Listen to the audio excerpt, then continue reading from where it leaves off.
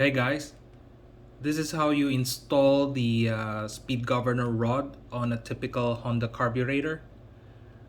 Just to get your bearings, this will be the airbox side, this is the choke, and this is the throttle.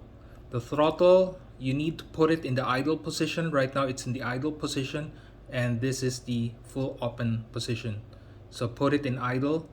If you have your rod, you just line it up in this keyhole right here and then push it all the way through like that.